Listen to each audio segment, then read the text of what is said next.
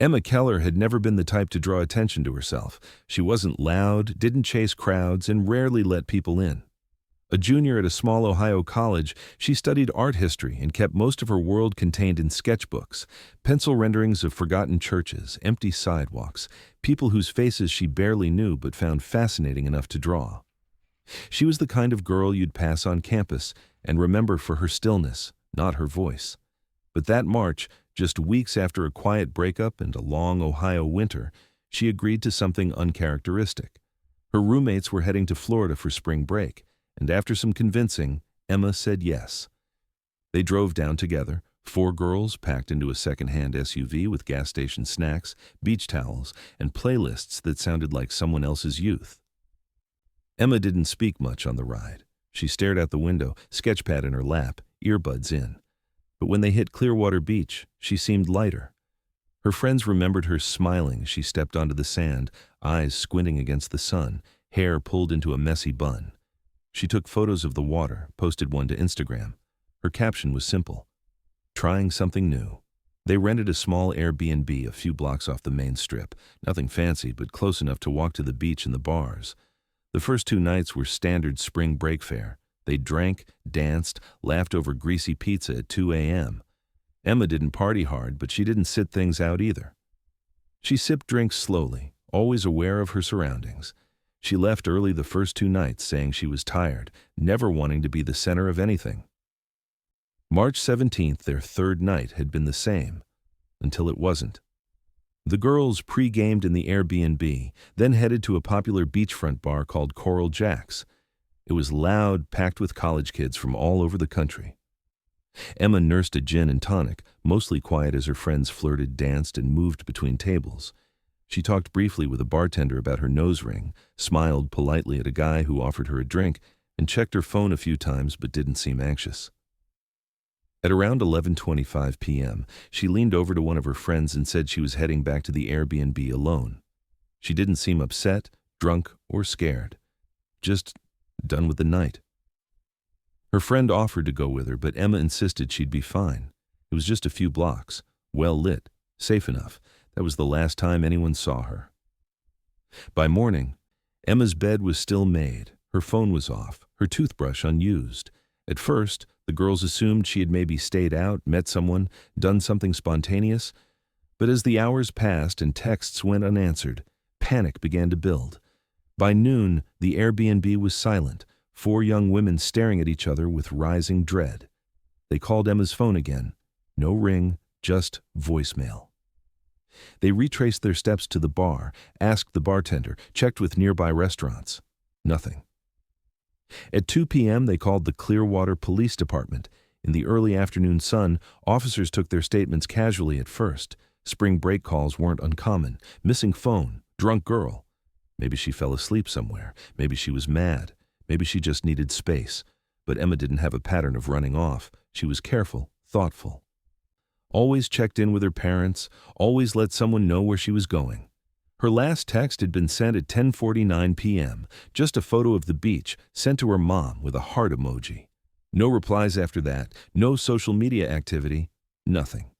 Surveillance footage from Coral Jack's confirmed she had left alone, walking calmly down the main road, her sandals in hand, purse slung across her body. She passed under 2 security cameras, then vanished. No footage showed her reaching the Airbnb. No one reported seeing her. There were no screams, no crash, no struggle. It was as if she stepped off the street and into nothing. Her parents booked the first flight to Florida. By the time they arrived, flyers with Emma's photo were already posted around Clearwater. Missing, Emma Keller, age 20. The photo showed her with her hair tied back, eyes cast slightly downward, almost like she knew she'd be looked at later. For days, the air felt thick with silence. Her friends replayed the night over and over, questioning themselves, wondering what they'd missed. Police searched the beach, the roads, alleyways. Volunteers joined. But no answers came. And somewhere out there, between a bar full of laughter and a bedroom left untouched, Emma Keller was gone. And no one could explain why. At first, there was no panic, just a quiet kind of confusion. The kind that comes when something small doesn't add up but doesn't feel like an emergency yet. Emma's bed was still made, exactly as she'd left it the day before. Her phone wasn't charging. The sliding door to the balcony was closed. There were no signs that she'd come back at all. Her sandals were gone. The same ones she'd carried in her hand when she left the bar. Her purse was missing too, or so they thought. One of her friends assumed she must have taken it with her. Maybe she'd stayed the night somewhere else, met someone at the bar, had a wild story to tell in the morning. That's what they kept saying, over and over, laughing at first, nervous laughter, the kind that only works if someone eventually walks through the door and turns it into a joke. But as the morning slipped past breakfast and into early afternoon, laughter gave way to something heavier. By 11 a.m., they had called Emma's phone at least a dozen times, straight to voicemail every time. They checked her location on Find My Friends, but it wasn't updating. They walked back to Coral Jack's, asked the bartender if Emma had said anything unusual. He remembered her. Quiet, polite, just one drink. No drama, no arguments. She'd left alone. A server mentioned seeing her cross the street barefoot, headed toward the residential strip. That was the last confirmed sighting. The walk back to their Airbnb should have taken no more than 7 minutes. There were streetlights, storefronts, and other spring breakers everywhere. And yet somehow no one saw where she went next. By noon, panic was no longer a shadow. It was in the room with them. They called the police. Officers arrived within the hour and took preliminary statements. The girls were shaken but cooperative. They offered times, descriptions, text histories. One showed a Snapchat Emma had sent just after 10 p.m., a filtered selfie with the caption, "Night 3, let's go." That was the last outgoing communication on her phone. The officers said what they always said. Maybe she needed space, maybe she'd had too much to drink and crashed somewhere, maybe she'd show up later that evening. But they took the case seriously enough to start the process. Officers canvassed the neighborhood, asking if any residents had seen a girl matching Emma's description, 5'5", long brown hair, wearing a white tank top and denim shorts. No hits. They requested surveillance footage from Coral Jack's and nearby businesses. Hours later, they found it. Emma leaving the bar alone at 11:27 p.m., walking south, crossing the main road, sandals still in hand. She didn't appear intoxicated. She didn't stumble. She didn't stop. Just walked. Past the corner deli under a street lamp and out of frame. That was it. The last known movement. Every camera beyond that block either hadn't been working or hadn't caught her. What unsettled everyone the most was what she didn't take. Her phone was missing, yes, but her purse, it turned out, had been left behind in the Airbnb closet. Her ID, debit card, sunglasses, and car keys were all inside. She had walked into the night with nothing but her phone, the clothes she wore, and a pair of shoes in her hand. It didn't fit. If she'd planned to go anywhere far, she would have taken something. If she'd planned not to return at all, she would have said goodbye. Emma was methodical. Her mother later said she was the kind of person who made lists for everything, even grocery trips. Vanishing without a word? That wasn't her. As the sun set on that first day, the search widened. Police dogs were brought in to trace her scent from the bar. They lost it near a parking lot a block down, but the area was high traffic and chaotic. Dozens of kids walked those same sidewalks every hour. Officers checked nearby storm drains. Nothing. They knocked on doors. Nothing. They ran her name through emergency rooms, jails, rideshare records. No matches. Emma's parents arrived that night. Her mother's face was pale, frozen, like someone stuck between understanding and denial. Her father didn't speak much. He just kept staring at her photo on the missing poster a volunteer had printed and taped to a lamppost. By the time midnight came, 24 hours had passed. No pings on her phone, no sightings, no notes, no body. The second day passed slower. The Airbnb remained quiet, filled with stale air and nervous glances. Detectives reviewed traffic footage, hoping for a glimpse of Emma in passing cars. They found nothing. Divers checked the inlet, rescue teams searched the nearby boardwalk, volunteers distributed flyers along the beach. But nothing broke the silence. Emma's image was now printed on hundreds of flyers, shared thousands of times online, and discussed in every local Facebook group. And yet, no screams, no signs of a struggle, no reported accidents. It was as if she had stepped off the edge of something invisible. 2 full days and not one credible lead. The longer the silence stretched, the more impossible it felt. She hadn't just gone missing. She had disappeared. The third morning came without a single development. Emma's photo had become familiar now, printed in color and posted on every corner from the shoreline to the gas station on Gulfview Boulevard. The kind of face that once blended in had become the face no one could stop looking at. Local radio stations read her description between weather reports. Police cruisers circled the area at all hours, but the stillness had settled in. Not calm, just empty. Clearwater Beach had always carried the smell of salt and sunscreen, laughter from tourists and the echo of waves. But now, everything felt wrong. People whispered when they walked by flyers. Strangers lowered their voices when they saw her parents holding hands on the sand, staring out at the water that gave nothing back. The search efforts expanded fast. By sunrise that third day, police had secured boats and enlisted divers to scan the shallow inlet north of the beach.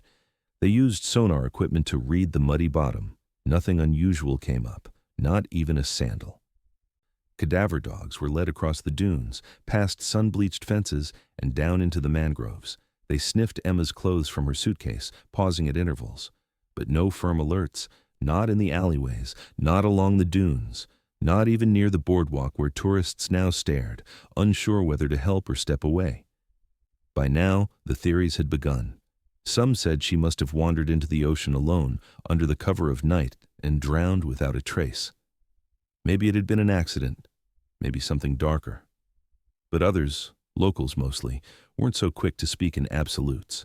Some remembered a story from 5 years earlier, another spring break disappearance, a young man from Michigan who was found weeks later in a drainage canal 15 miles inland. No explanation ever came for how he ended up there. Another resident recalled a girl from Alabama who vanished from a rental house 3 blocks away in 2009. Her body never found, case still open, different details, same silence. Emma's family made it to the beach that afternoon. Her mother wore a blue hoodie despite the heat. Her father held her hand so tightly it looked painful. They walked with detectives down the stretch where Emma had last been seen. Her mother stopped at a lifeguard tower and asked quietly, "Do you think she made it this far?" No one answered. Detectives reviewed every second of traffic footage from the surrounding roads. There were hundreds of clips, cars moving in and out, lights flashing across the pavement. They looked for anything unusual. A car stopping too long. A shadow moving where it shouldn't be. But the timestamp when Emma walked out of frame remained the last verified moment of her existence. 1 second she was there. Then nothing. Storm drains were checked. Dive teams dropped into retention ponds. A sewer access near a closed arcade was flagged and searched. The currents of the Gulf were studied, how fast they moved, what might be carried out with the tide. They consulted oceanographers.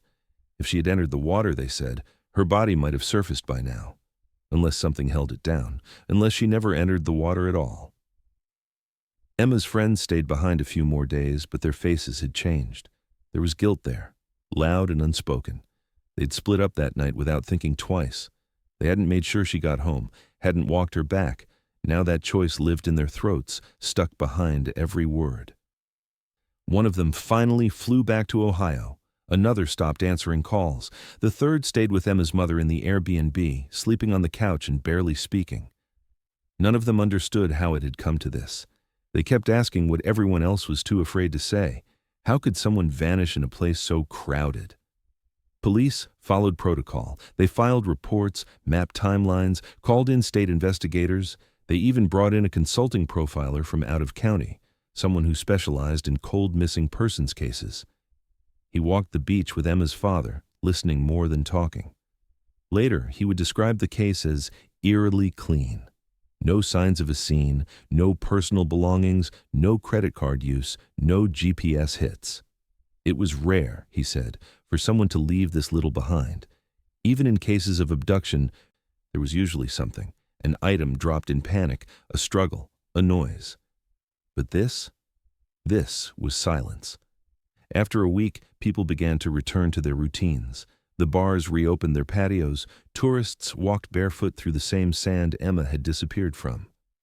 But her parents stayed. Every morning, her father walked the shoreline. Every night, her mother kept a porch light on at the Airbnb. Her photo remained taped to the storefront windows, face tilted downward, slight smile, wind in her hair. And every wave that broke on the beach carried the same answer. Nothing. By the end of the first week, Emma's case had already split into fragments. There were too many voices, too many eyes that thought they saw something. A bartender at a nearby dive bar called in claiming she recognized Emma's face from the news, said she was at an after-party 2 blocks from Coral Jack's that same night, said she looked spaced out, maybe drunk, and left with a tall man wearing a red baseball cap. Investigators jumped on it. They canvassed the street where the party had supposedly happened, pulled doorbell footage, interviewed the bartender in person. But the timeline didn't hold. The party had started after midnight, nearly 30 minutes after Emma was last seen. And the girl she described wore a black dress, not a white tank top, and denim shorts. It wasn't Emma. 2 days later, a tourist from South Carolina reported something else, claimed he saw a young woman matching Emma's description getting into a white sedan near a parking lot just off Mandalay Avenue around 11:40 p.m. He didn't think much of it until he saw her face on the news, said the girl seemed nervous, hesitant, but he didn't get the plate, couldn't recall the make of the car, just that it had tinted windows and rolled away quickly after she got in. Police reviewed footage from that intersection. The angle was too narrow. Shadows, reflections, passing headlights, no clear image of a sedan, no visible passenger. Nothing they could confirm. Another tip, another dead end. Then came the rumors. Quiet, shaky accusations whispered online and passed around town. One thread led to a local man in his late 40s with a prior conviction for unlawful surveillance. Years ago, he'd been caught filming women without their knowledge at a nearby hotel pool. He'd served time, been released, registered, stayed mostly invisible since. But someone said he lived just 2 blocks from where Emma disappeared. Detectives brought him in, questioned him for hours. His alibi, watching TV with his sister, checked out. His phone hadn't left his apartment that night. No evidence tied him to Emma. Another name cleared, another face added to the growing folder of "not it." They searched a nearby homeless encampment nestled behind an abandoned storage lot. Emma's mother had asked them to. She couldn't let go of the thought that maybe someone had seen her, helped her, or worse. Officers walked through tents and tarps, respectful but thorough. No one there had seen a girl matching her description. They were used to police showing up. This wasn't the first time someone assumed the worst about them. Still, they cooperated. And again, there was nothing. The investigation began to show cracks, not because of laziness, but because of noise. Too many people claimed too many things. A psychic called the tip line saying Emma had been taken by boat and was with the dolphins now. A woman in Alabama emailed the department photos of her niece, swearing Emma was living under a new name. Another caller claimed Emma had been spotted at a gas station in Tampa. Police followed everyone, wasting hours, sometimes days, chasing ghosts that didn't exist. Meanwhile, gaps in surveillance footage told their own story. The street Emma had last been seen on had blind spots between businesses. One small motel didn't have cameras at all. A souvenir shop had turned theirs off that week due to a faulty hard drive. A pizza place captured a sliver of sidewalk, but no one matching Emma's frame ever passed by. It was like tracing a single thread through torn fabric. Every few feet, it just disappeared. And through it all, theories warred. Some believed she ran away, overwhelmed by something no one saw coming. Others were convinced it was abduction, possibly someone local who knew how to hide things. Still others wondered if it had been random, a moment of vulnerability met with violence, by someone who vanished just as quickly. But there was no evidence for any theory. Just possibilities, swirling in a vacuum. Local reporters tried to keep the story alive. One journalist wrote a profile on Emma, calling her the girl Clearwater couldn't hold on to.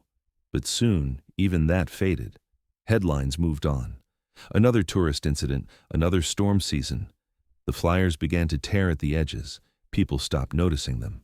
Emma's face, once printed in color, became a grayscale image stapled to utility poles, weather-worn, half-peeled, sometimes layered over with advertisements for beach rentals. Under 3 weeks after she vanished, the daily briefings stopped. The detectives moved on to newer cases. The team assigned to Emma's disappearance shrank.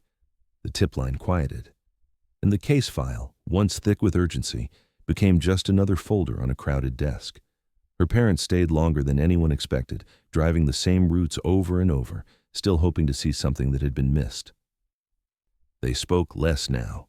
Grief had settled into their posture, into the way they breathed, and as Clearwater's tide continued to rise and fall, day after day, Emma Keller became another name added to a list no one wanted to read. Missing, no longer in the headlines, not yet in the ground. For Emma's parents, time didn't move forward. It split. There was everything before March 17, 2018, and everything after. They returned to Ohio eventually, but they didn't go home. Not really. The house looked the same, but it wasn't a place they lived anymore. It was where they waited. Her bedroom remained untouched, sketchbooks still stacked on her desk, an unfinished cup of coffee beside the window, the blanket folded at the foot of her bed like she might return to use it. Her mother stopped cooking. Her father stopped shaving. Nothing made sense without her in the world, but they didn't give up. 3 weeks after the search had gone quiet, they launched a Facebook page, Finding Emma Keller. They posted every day, updates, memories, pleas for help. Her high school photo became the profile picture. Her graduation speech, once forgotten, resurfaced in a video her aunt had saved. The page grew fast. Thousands of shares. People across the country reposted it, some who had never met her, others who just saw their own daughters in her face. Her parents responded to every message, no matter how far-fetched or incoherent. "What if this is the one?" her mother would whisper each time a new notification buzzed. They had to believe it. They hired a private investigator named Howard DeWitt, a retired detective from Miami who specialized in cold cases. He was quiet, methodical, and had seen more than a few stories like Emma's. He flew to Clearwater twice, retraced her last known steps, re-interviewed witnesses, even reviewed satellite imagery from the night of her disappearance. He created a reconstruction of the likely route she took, point A to point B, 7 minutes apart, and showed how 3 camera gaps could have hidden someone following her or waiting for her. But like the police, he had no answers, just a theory, and a list of what-ifs that led nowhere. Emma's friends didn't talk to the media after the first wave of coverage. Something in them had splintered. The guilt, whether justified or not, settled deep. One of them transferred schools the following semester and later moved to London, where she stopped returning calls entirely. Another stayed enrolled but developed what professors described as obsessive withdrawal, rarely leaving her dorm and eventually taking a leave of absence. The third friend tried to keep her life together, even attending some of the candlelight vigils in Emma's name, but she no longer posted online. Once inseparable, they now didn't speak at all. They couldn't. The ex-boyfriend, Ryan Mercer, was pulled in again for questioning after a rumor surfaced online that they'd been arguing in the weeks before spring break. A former classmate suggested that Emma had been emotionally unstable and that Ryan had ended things abruptly. Detectives revisited his alibi. He'd been in Ohio the night she disappeared, logged into a school server at the time Emma was last seen, messaging a professor about an overdue assignment. His phone records and GPS matched. He was cleared again. But the suspicion lingered online. People wanted someone to blame. Emma's parents never blamed him. They didn't blame anyone, not out loud. They blamed the silence, the system, the idea that a girl could vanish and no one could explain how. They wrote letters to the Clearwater Police Department monthly, asking about updates, requesting case reviews, demanding renewed searches. Detectives always replied politely, but they had nothing new to give. Every March, her parents returned to Clearwater. They stood on the same stretch of beach, passed out new flyers, talked to tourists, talked to locals, talked to themselves. They left flowers at the lifeguard tower nearest to where Emma was last seen. Each time the crowds were smaller. Each year, the names of missing people from other states replaced hers on the bulletin boards. Her mother began carrying her daughter's necklace in her coat pocket, fingering it during interviews, prayer circles, news segments. Her father took photographs every morning of the shoreline, as if something might reveal itself in the sand. At Emma's college, a vigil was held each year near the art building, candles arranged in a circle, a chair left empty with her name on it. Professors spoke, students wept, and friends read excerpts from her old sketch journals. But by the second year, the vigil felt heavier, like a funeral no one had agreed to call by its name. Hope was still present, but thinner, quieter, more fragile. Not everyone could hold on to it the way her parents did. By the third year, there were fewer candles. Some faculty had retired. Freshmen didn't know who Emma Keller was. Time doesn't ask for permission to pass, it just does. And when people stop saying your name, you don't disappear. You just slip from the surface of things. But her parents kept speaking it, Emma, every day. And every March they returned to the place that had taken her, hoping maybe this time something, anything, would be left behind. It was just after sunrise on a humid March morning in 2023 when two fishermen cast their nets into a quiet stretch of mangrove-lined water in Tampa Bay. They were locals, father and son, working a shallow cove they'd visited for years. The tide had just begun to roll in, pushing debris and driftwood toward the roots. At first, they thought they'd snagged a tire. It was heavy, awkward, tangled in seaweed, but when they pulled it to the deck, the shape was unmistakable. A backpack, caked in mud, torn along the zipper. The canvas had gone soft and dark with water damage, the stitching barely holding. The father set it down, hesitated. Then he opened it. Inside was a faded college ID, the kind students clip to lanyards and forget in the bottoms of their bags. The photo was hard to make out, edges warped, plastic peeling, but the name beneath the image was still legible. Emma Keller. The man didn't recognize it at first, but his son did. He pulled out his phone, typed it in, and stared at the screen. "She's the girl that went missing," he said. "The one from Clearwater, the one who vanished 5 years ago, the one no one ever found." They called the authorities immediately. By mid-morning, deputies from the Hillsborough County Sheriff's Office had arrived at the scene. They sealed off the boat, took the backpack into evidence, and launched a secondary search of the surrounding waters. Divers swept the area, pulling up barnacle-crusted debris and sampling sediment from beneath the mangrove roots. But nothing else was recovered that day, just the bag. Inside it, they found more than the ID, a cracked iPhone, its screen spiderwebbed but intact, long dead from years underwater. A waterlogged spiral sketchbook, pages fused at the edges but still partially legible. Investigators dried it carefully, peeling open each page with gloved hands. Most of the pencil work had smeared into ghostly shapes, faces with missing eyes, streets without names, coastlines bleeding into shadow. But one image stood out, a sketch of a wooden pier drawn from a slight angle, with palm trees in the background and what appeared to be a bar sign in the upper corner. Investigators compared it to archived photographs. It was Coral Jack's, the bar Emma had left the night she vanished. The bag's contents were rushed to forensics. Within a week, tests confirmed the obvious. The ID was authentic. The sketchbook was Emma's. And the phone, though severely damaged, matched the serial number tied to her original missing person report. There was no question now. After 5 years of nothing, the water had given something back. The news broke fast. Emma's parents were notified in private, given time to process before the story hit the media. Her mother wept over the phone when detectives confirmed the items. Her father asked only one question: where did they find it? They heard it was Tampa Bay, nearly 30 miles from where she disappeared. They didn't speak for nearly a minute. They'd been looking in Clearwater all this time, but now they were staring at a different map. The bag reignited the case. For the first time in years, detectives had physical evidence. They reassembled the original task force, called in forensic analysts, and reopened every lead that might now carry weight. The location itself was strange. The stretch of mangrove where the bag was found wasn't near any public beach. No trails led to it. The only way in or out was by boat. And the bag didn't appear to have drifted in. It had been caught deep in the roots, almost buried in silt. The theory forming among investigators was chilling. Someone placed it there.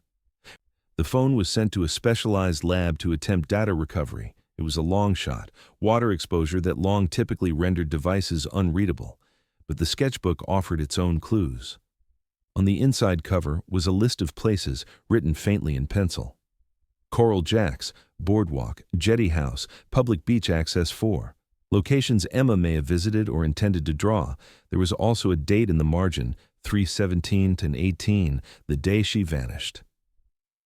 Detectives returned to Clearwater, this time with sharper focus. They walked the length of the pier from Emma's sketch, measured distances, searched along the old jetty just south of the beach.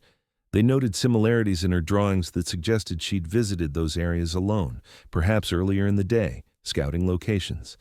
It wasn't proof of a plan, but it hinted at one. Maybe she wasn't just wandering that night. Maybe she was returning to somewhere she'd already been, somewhere familiar to her, but hidden from everyone else. As the sketchbook dried page by page in the evidence room, Emma's case shifted. No longer just a missing person. Now, it was a puzzle with physical pieces. But with the bag's discovery came another realization. If someone had kept it all these years and then decided to place it in the water, why now? Why 5 years later, to the week?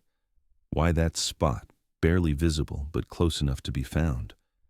For Emma's parents, the answers didn't come with comfort. They came with more questions. The bag was Emma's. The sketches were hers. The pier was real. The date was exact. But where was the rest of her? The lab confirmed what detectives had already feared. The phone recovered from Emma Keller's backpack, damaged, brittle, long dormant, was too far gone to recover anything useful. The motherboard had corroded. Internal memory had warped under salt and time. No texts, no photos, no GPS pings. Whatever it had once held, it now kept to itself. But something else, something less expected, emerged from the sketchbook that had clung to its place in the bag all those years. On one of the center pages, just above a fading pencil rendering of the Clearwater shoreline, there was a rough hand-drawn map. It wasn't precise, more suggestion than navigation. Wavy lines marked what looked like sand and tree cover. A rectangle labeled jetty sat in the upper corner. A line cut from it along the beach, then curved sharply inland.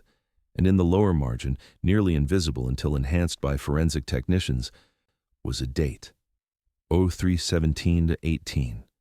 It was the night she vanished. The implications hit hard. This wasn't just a doodle.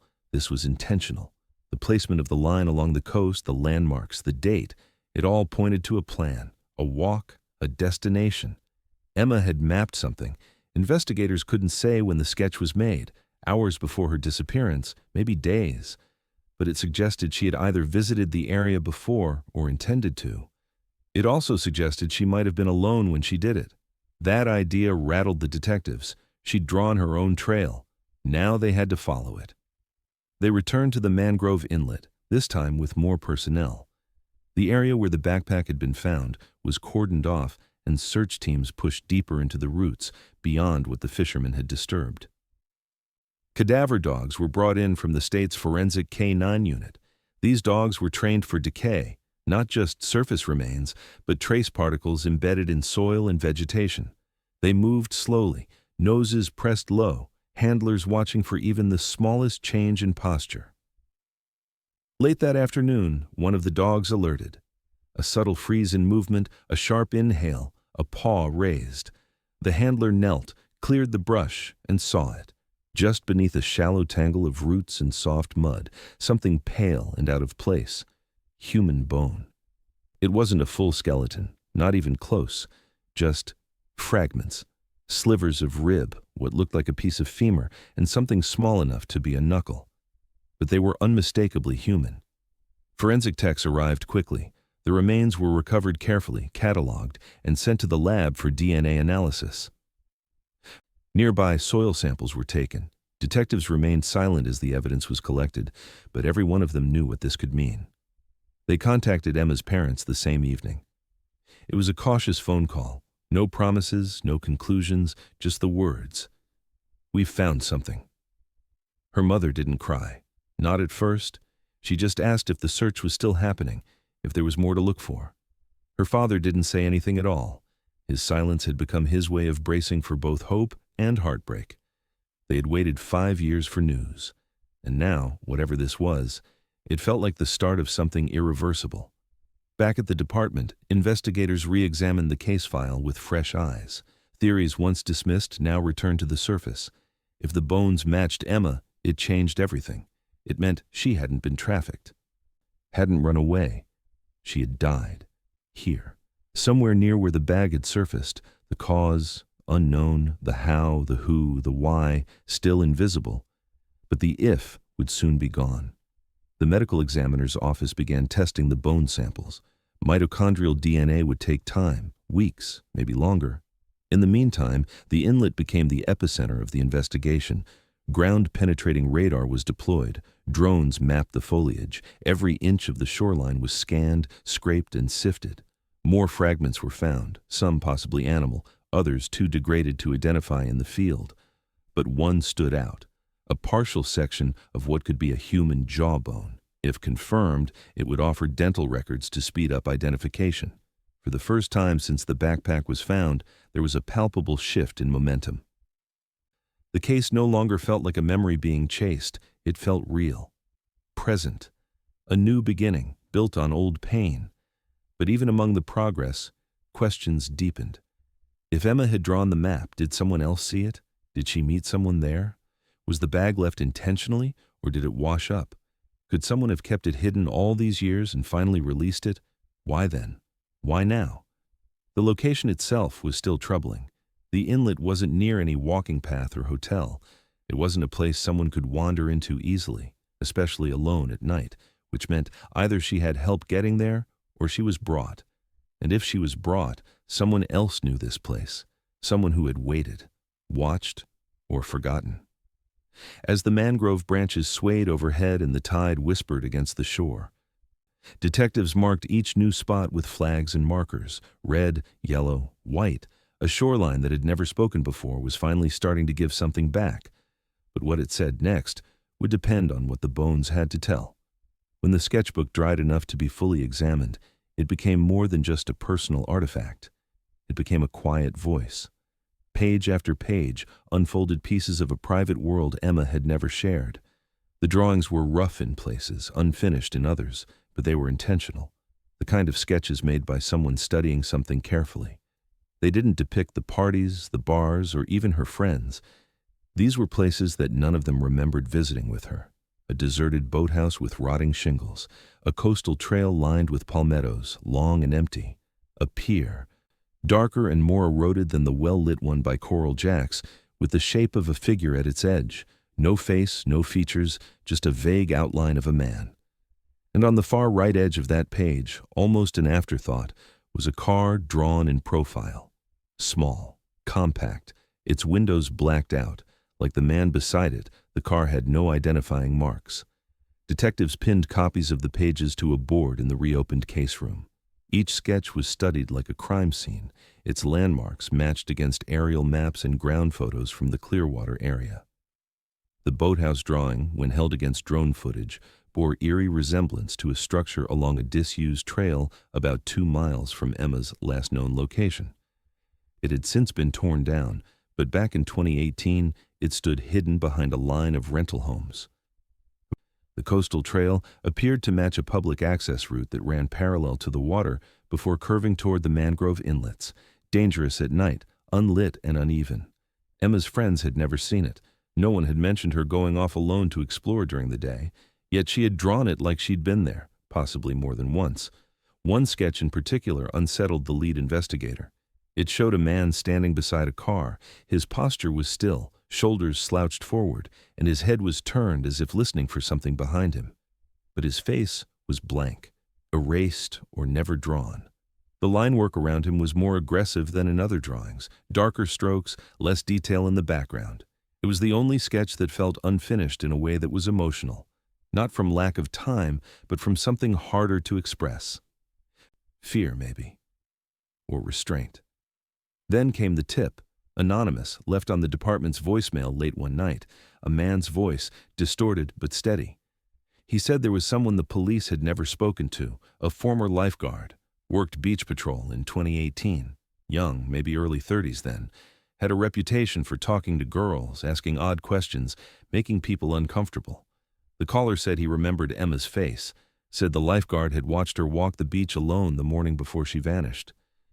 He said something weird about her, the message ended, like he was going to see her again. Detectives dug through records. The department hadn't interviewed any beach patrol staff in the original investigation, an oversight caused by the assumption Emma had already left the shoreline by the time she vanished. But they found him. Vincent Hale worked seasonal patrols during spring break. His employment ended just weeks after Emma disappeared. There was no disciplinary record, no incident reports, just a resignation and a move to a neighboring county. They went to his last listed address, an apartment on the edge of Dunedin, 20 minutes from Clearwater. The mailbox was full, curtains drawn. A neighbor said he hadn't been around in weeks.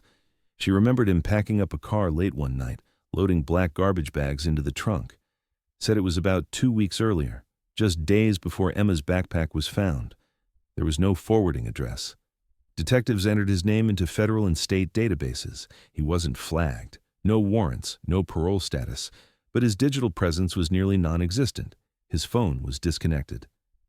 His last known employer hadn't heard from him since early March. When they searched DMV records, they found his vehicle had been sold a month before. The title hadn't been transferred. The car, similar to the one sketched in Emma's book, was listed as junked. What disturbed investigators most wasn't the connection, but the timing. If this man had nothing to do with Emma, why leave town right before the only piece of her case in 5 years surfaced from the water? Why disappear just as the story returned to headlines? They issued a bulletin, a soft inquiry, not a suspect, not yet, but a person of interest, someone they wanted to find, to speak with, to understand better. Emma's parents were briefed privately. They were careful not to draw conclusions, but the mention of a man she may have drawn, the idea that she'd seen him, remembered him, maybe feared him, landed hard. Her mother studied the sketch of the faceless man for hours. She saw something, she whispered once. She saw him. The search for Vincent Hale widened, but the silence remained. No new address, no bank activity, no digital trail. As if the man, like Emma once had simply slipped out of the frame. And the sketchbook, weather-worn and silent, stayed at the center of it all, a quiet record of something Emma never said out loud, something only now beginning to speak. They came back with more gear this time. Wetsuits, sonar, dredging equipment, and a small army of specialists trained in underwater recovery. The inlet had been combed before, years ago when the search was still fresh. But now they weren't just searching, they were recovering. This time they had direction. A map sketched by Emma's own hand. A backpack placed deliberately in mangrove roots, and a tip that had shifted the weight of the entire investigation. The team marked a grid beneath the old wooden pier, the one sagging near its center, worn gray by salt and sun. It didn't look like much, just another forgotten stretch of bayfront, but it was quiet, hidden. There were no shops nearby, no houses, no witnesses, just water, time, and memory.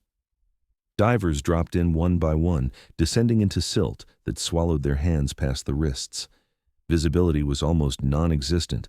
The bottom was thick with algae, rope debris, fishing line, and broken glass. But an hour in, one of them surfaced and waved. Something solid, wedged beneath a concrete piling. They cleared it carefully, passing it hand to hand into a mesh container. It was bone, long, weathered, human. Nearby, buried just beneath a layer of black mud, they found fabric, faint traces of denim, the edge of a pocket, and 2 copper rivets dulled by rust, a brass button stamped with a brand name still visible, Levi's. By the end of the day, they had recovered several more fragments, pieces of pelvis, vertebrae, and what appeared to be part of a jawbone. Most were disarticulated, scattered by the slow grinding current, but enough remained intact for forensic analysis.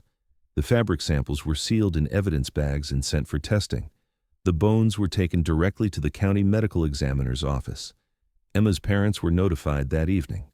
The conversation was different this time, measured, careful, but direct. The bones might belong to their daughter. Dental records would be the fastest way to know. Her mother barely nodded. Her father sat forward in his chair, eyes unfocused, as if bracing against a wave they'd been outrunning for 5 years. 2 weeks later, the confirmation came. The dental match was conclusive. The jawbone belonged to Emma Keller. The same girl whose name had echoed through flyers, police briefings, and candlelit vigils.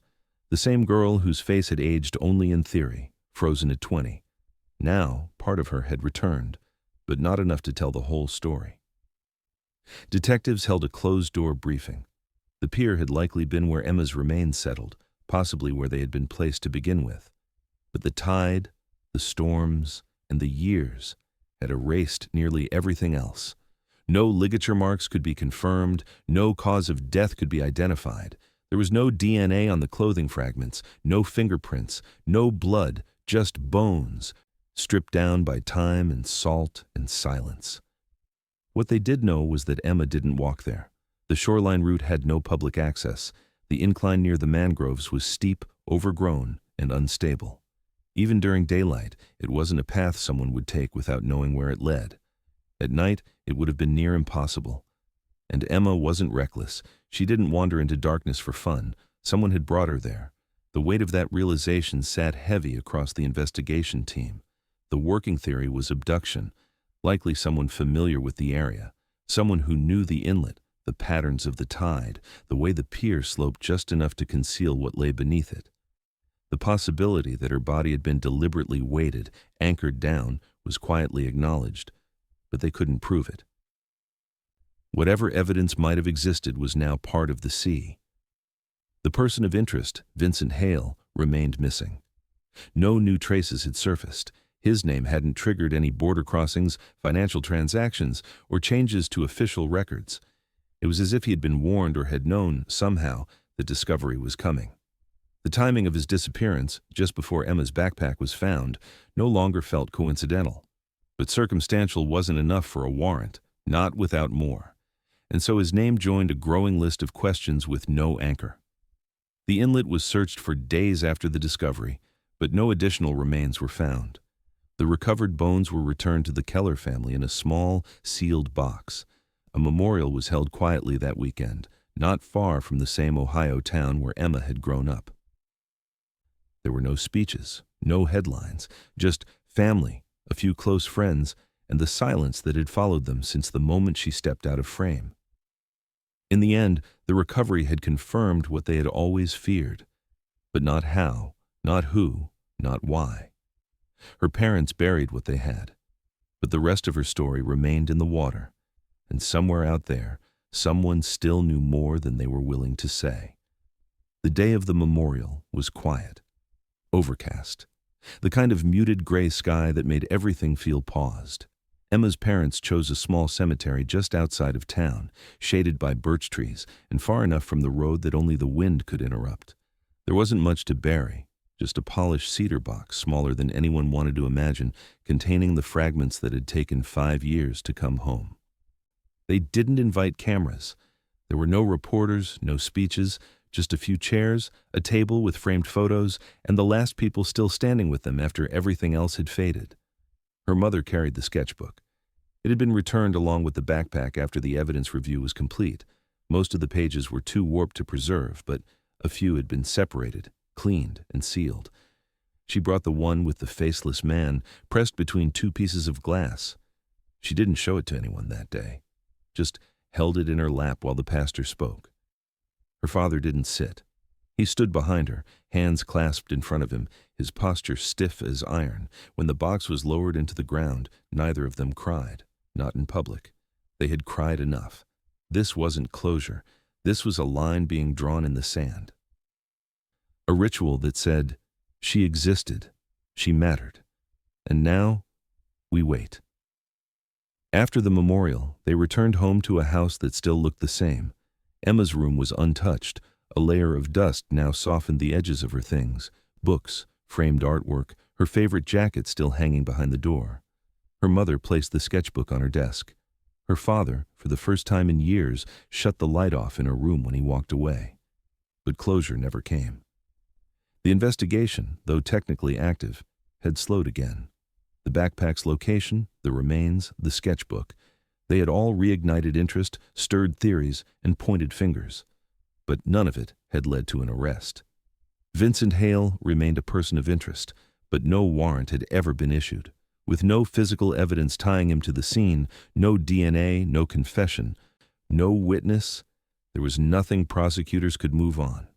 He had vanished weeks before the backpack was found, just as detectives had closed in. It felt too perfect, too calculated. But suspicion, in the end, wasn't proof. What haunted detectives more than anything was the placement of the bag itself. It hadn't floated there, hadn't been pulled by current or dropped by accident. It had been tucked into a pocket of mangrove roots, low enough to remain hidden for years, but shallow enough that someone eventually would find it, buried just far enough to survive. Almost like it had been left behind on purpose, not to destroy, but to remind. The question lingered. Why now? Why 5 years? Was it guilt, control, a message? Theories swirled as they always did. Some believed the bag was a breadcrumb, left by the person responsible, desperate to be caught but too careful to leave enough behind. Others saw it as arrogance, a final move in a game only one person ever understood. A few believed it wasn't the killer at all, but someone who had found the bag earlier, kept it, and then anonymously returned it without revealing how or when. None of the theories mattered without evidence, and the Bay, after all this time, had given all it would. Emma's face remained pinned to the bulletin board inside the Clearwater Police Department, still marked Case Active, though everyone knew what that really meant. Every few months, a new detective would take a crack at it, reread the interviews, revisit the sketchbook, rewatch the footage. But the case had gravity now, a weight that pulled good intentions into still water. Her parents returned to Florida one more time, not during March, but in October. The beach was quiet, the air cooler, the sand less trampled. They walked the shoreline where she had last been seen. Her mother held the flyer they had made in 2018, now yellowed at the edges. "We were so sure she'd be found," she said softly. "We just never thought it would be like that." At the edge of the mangrove line, they left a bundle of white flowers weighted with a stone. No plaque, no message, just something to mark the place the world had tried to forget. In the end, the Bay gave back Emma's name. It returned her to the world in fragments and silence. It confirmed the thing her parents feared most but could never admit aloud. She hadn't run. She hadn't wandered off or started over or left on purpose. She had died, and someone had known that all along. But what the water never gave back was a reason. No one could say how she ended up there. No one could tell her parents if she suffered, if she was scared, if anyone held her hand in those final moments. The bag answered a question, but it opened more. So they live with that now. A life made of facts and gaps. A name without a reason. And a bay that speaks only when it wants to.